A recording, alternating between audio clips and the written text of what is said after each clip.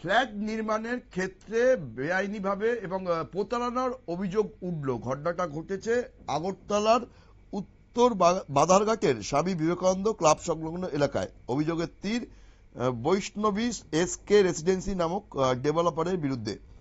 যেটা জানা গেছে যে শম্ভু ঘোষ 2022 সালের আগস্ট মাসে বৈষ্ণবী এসকে রেসিডেন্সি নামে একটি ফ্ল্যাট ডেভেলপার কোম্পানির সঙ্গে চুক্তি করে। ধীরে ধীরে কাজ শুরু করে সেই কোম্পানি, কিন্তু জায়গার মালিক শম্ভু ঘোষ তিনি অভিযোগ জানিয়েছেন যে তিনি দেখতে পান ওই কোম্পানি ফ্ল্যাটের কাজে অনেক ধরনের জালিয়াতি করে যাচ্ছে। তখন ফ্ল্যাট বানানোর পরিচালনার ক্ষেত্রে যিনি রয়েছেন সেই দীপেন পালের সাথে তিনি কথা বলেন, কিন্তু দীপেন পাল তাদের সাথে সেভাবে কথা বলেনি বলেই তার অভিযোগ। উল্টে ওই বাড়ির মালিকের সাথে খারাপ ব্যবহার করতে শুরু করে বলেই অভিযোগ জানিয়েছেন জায়গার মালিক শম্ভু ঘোষ। পরে তিনি এই বিষয়ে আগরতলা পুর নিগমে অভিযোগ জানান। আজ ওই জায়গার মালিক এই জায়গাটি মাপজোক করার জন্য লোক আনলে ফ্ল্যাট ডেভেলপারদের সদস্যদের মালপত্র রেখে কাজ অসম্পূর্ণ রেখে পালিয়ে যায় বলেই অভিযোগ উঠেছে। এবং এই বিষয়ে বাড়ির মালিকের তরফ থেকে একটি এডিনগর থানায় অভিযোগ জানানো হয়েছে। এই বিষয়ে কি বলছে বাড়ির মালিক শম্ভু ঘোষ আমরা শুনে নেব তার মুখ থেকেই। আমরা এখানে যারা যারা ফ্ল্যাট কিনেছে না, যারা পারচেস করেছে, প্রায় 7 জনের সাথে আমরা যোগাযোগ করা সম্ভব হয়েছে। একজনের মারফতে চিঠি দিয়েছি, তারা পেয়ে গেছে। তো আমরা ওদেরকে দুটো জিনিস জানিয়েছি। একটা হলো এই যে প্রজেক্টের নামটা যেটাই নির্ধারিত হয় মূল এগ্রিমেন্টে, এটা নিয়ে রেরা থেকে রেজিস্ট্রেশন সার্টিফিকেট বের করতে হয়। এই সার্টিফিকেট ধরে, এই নাম ধরে পার্টিদের সাথে এগ্রিমেন্ট করতে হয়।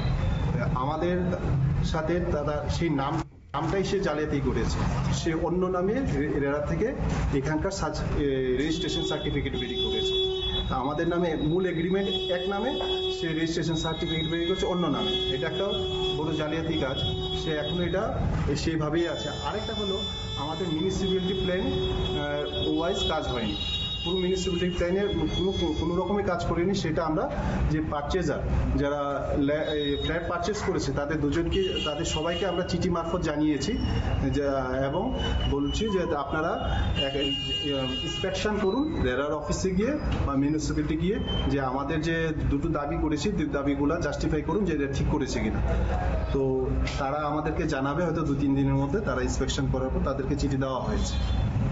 আরও আছে, কিন্তু সবকিছু এখন মানে যদি এটা আইনে যদি যায় তাহলে সেই জন্য সবকিছু ডিসক্লোজ করা যাচ্ছে না। যেটা আমরা ডিসক্লোজ করা যে 3টে পয়েন্ট, এই যে কারেন্টের বিল দিচ্ছে না, এরপরে আমাদের যে মান্থলি যে রেন্ট দেওয়ার কথা, হ্যাঁ হাউস রেন্ট কথা, সে ডিসেম্বর মাস থেকে পুরো পেন্ডিং আছে। ডিসেম্বর মাস থেকে পুরো পেন্ডিং আছে। সে আমাদের কোনো ধরনের আমাদের পেমেন্ট দিচ্ছে, মান্থলি রেন্ট আমাদেরকে দিয়ে যাচ্ছে না। যেটা আমাদের বলা ছিল এগ্রিমেন্টে যে 3 মাসের অ্যাডভান্স দেবে, অ্যাডভান্সতে দূরের কথা সে আমাদের কোনো পেমেন্টই করছে না। তাকে 2বার চিঠি পাঠিয়েছি, কিন্তু সে কোনো ধরনের কর্ণপাত করছে না। আপনাদের সাথে কি নামে এগ্রিমেন্ট করেছিল? আমাদের নামে এগ্রিমেন্টটা হয়েছিল বৈষ্ণবী এসকে রেসিডেন্সি। পার্টিদের সাথে আর রেরা থেকে রেজিস্ট্রেশন বের করেছে সে বৈষ্ণবী এসকে অ্যাপার্টমেন্ট।